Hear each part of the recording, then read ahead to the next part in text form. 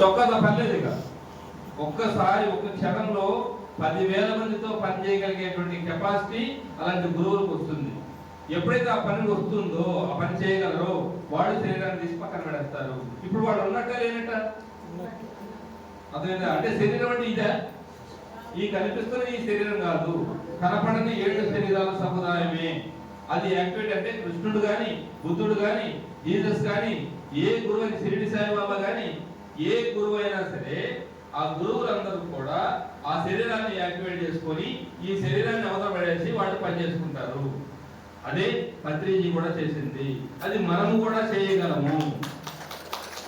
మనం ఈ శరీరం ఉండగానే మనం దాన్ని యాక్టివేట్ చేసుకోవాలి. మనం శ్వాస మీద ధ్యాస పెట్టి ఈ 7 చక్రాలని యాక్టివేట్ చేసుకొని, ఈ 7 ఎందుకు ధ్యానం చెప్పాలి పక్కనోడికి? ఏం అవసరం అంటే నీ యొక్క 6వ శరీరాన్ని నువ్వు యాక్టివేట్ చేసుకోవాలంటే నీ చుట్టుపక్కల ఉన్న వాడికి ధ్యానం చెప్పాలి. నువ్వు 7వ శరీరాన్ని యాక్టివేట్ చేసుకోవాలంటే దేని మీద బంధం ఏర్పరచుకోకూడదు. నువ్వు ప్రాక్టీస్ చేయకపోతే నీకు అర్థం కాదు. అర్థమైందా? అది వ్యాపారం కోసం చెప్పే మాట కాదు. నువ్వు ఎందుకు నీదేనేది లేకుండా జరుగుతున్నటువంటి కార్యక్రమాలకి నువ్వు సహకరించాలి. తన్ మన్ ధన్. నువ్వు శరీరంతో అలా వచ్చి ఎక్కడి నుంచో వచ్చి వంట చేస్తున్నారు, ఇంకొకరు వచ్చి పని చేస్తున్నారు, ఇంకొకరు వచ్చి డబ్బులు ఇస్తారు, ఇంకొకరు వచ్చి కార్యక్రమం బాగా జరగాలి అని ధ్యానం చేస్తారు. ఏ కార్యక్రమం ఏమైనా తన్ మన్ ధన్. నువ్వు ఏది చేయగలిగితే అది, నువ్వు ఎటువంటి పక్షపాతం లేకుండా నువ్వు ఎప్పుడైతే సహకారం అందించావో నీ 6వ శరీరం 7వ శరీరం యాక్టివేట్ అవుతుంది. నేనేదో చేశా, నేనేదో పిరమిడ్ కట్టా, నేనేదో ఇక్కడ వచ్చి కార్యక్రమాలు చేస్తున్నా, నేనేదో పెద్ద కాల్ చెప్పా, నేనేదో అక్కడ తిరుగుతున్నా, ఇక్కడ చేస్తున్నా అని అనకుండా నా బాధ్యత, నా అవసరం, నేను ఎదగడం కోసం అని నేను ఏ బంధము లేకుండా నేను ఎప్పుడైతే నేను చేయగలుగుతానో నా 7వ శరీరం యాక్టివేట్ అవుతుంది. నా కోసమే. ఇది శరీరం కలుగు ధర్మ సాధనం. ఈ శరీరం ఉన్నప్పుడే నువ్వు అది సాధన చేయాలి.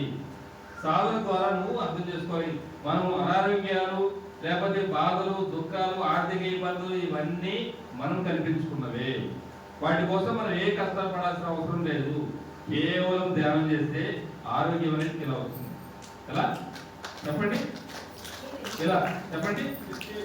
ఇలా వస్తుంది ఆరోగ్యం అనేది. సంపద అనేది ఇలా వస్తుంది. సంపద అంటే ఇలా వస్తుంది. అర్థమైందా?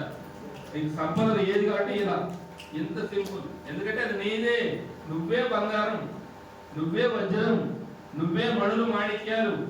నేను పత్రికా దగ్గరికి వెళ్ళి ఒకసారి